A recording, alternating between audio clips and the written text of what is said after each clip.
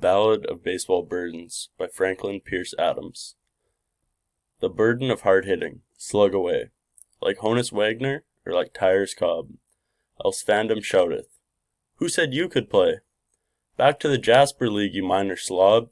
Swat, hit, connect, line out, get on the job. Else you shall feel the burden of fandom's ire. Biff, bang it, clout it, hit it on the knob. This is the end of every fan's desire. The burden of good pitching, curved or straight, in or out, or aptly, up or down. To puzzle him that standeth by the plate. To lessen, so to speak, his bat renown. Like Christy Matheson or Minor Brown. So pitch that every man can but admire, and offer you the freedom of the town. This is the end of every fan's desire. The burden of loud cheering, oh the sounds, the tumult and the shouting from the throats of 40,000 at the Polo Grounds. Sitting standing sans their hats and coats. A mighty cheer that possibly denotes that Cub or Pirate Fat is in the fire, or as H. James would say, we've got their goats. This is the end of every fan's desire. The burden of a pennant, oh the hope, the tenuous hope, the hope that's half a fear, the lengthy season and the boundless dope, and the bromidic, wait until next year. O dread disgrace of trailing in the rear, O piece of bunting flying high and higher, that next October it shall flutter here. This is the end of every fan's desire. Envoy! Ah, fans, let's not the quarry but the chase be that to which most fondly we aspire. For us not stake, but game, not goal, but race. This is the end of every fan's desire. So that is a Ballad of Baseball Burdens by Franklin Pierce Adams. And if I can get this to work. In this he kind of romanticizes baseball, especially old-time baseball, and he kind of portrays it in a very romantic light. At the start, he talks about some old baseball players in the second line, named Honus Wagner and Tyre's Cobb. They were two old baseball players who played way back in the day, in the 30s, 40s, kind of in the Babe Ruth era, even before him. Ty Cobb was a very good hitting outfielder, and Honus Wagner, he may be better known for his baseball card, which is the most expensive card ever sold, or sold for $1.2 million, which was on the back of a tobacco box, which was in 1909.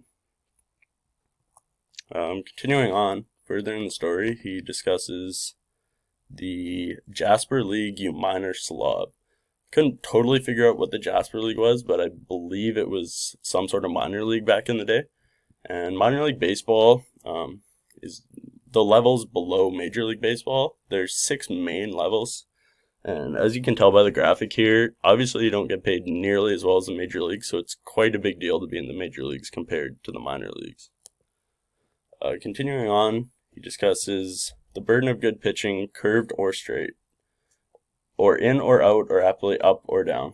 So curved or straight, he's discussing the different pitches you can throw. There's 12 pitches they show you can throw, but really there's basically an infinite number of pitches you can throw, but these are sort of the main ones that you throw in order to fool hitters and to puzzle him that standeth by the plate, discussing the batter, obviously.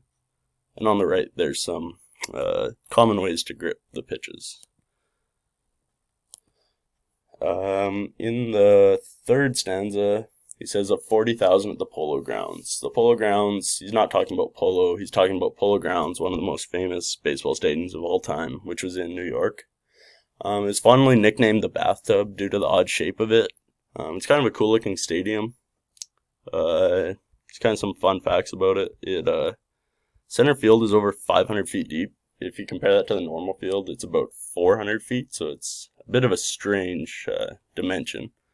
And down the left and right field lines, it was very short. It was around 200 feet compared to the normal 300 plus feet down the line, so it was a very odd stadium. There's another view of it from the inside.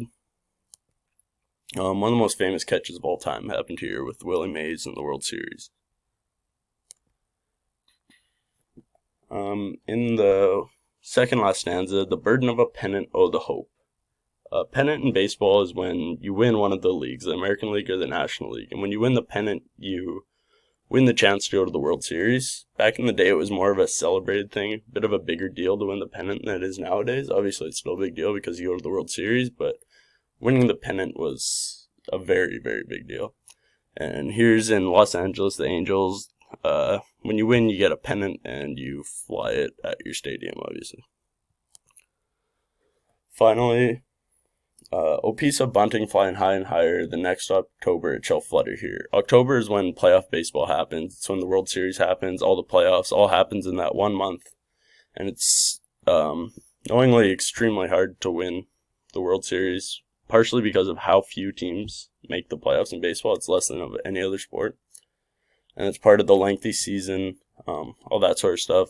He discusses the lengthy season and the boundless dope. The season in baseball is notoriously long, and it's a very long grinding season that finally ends in October.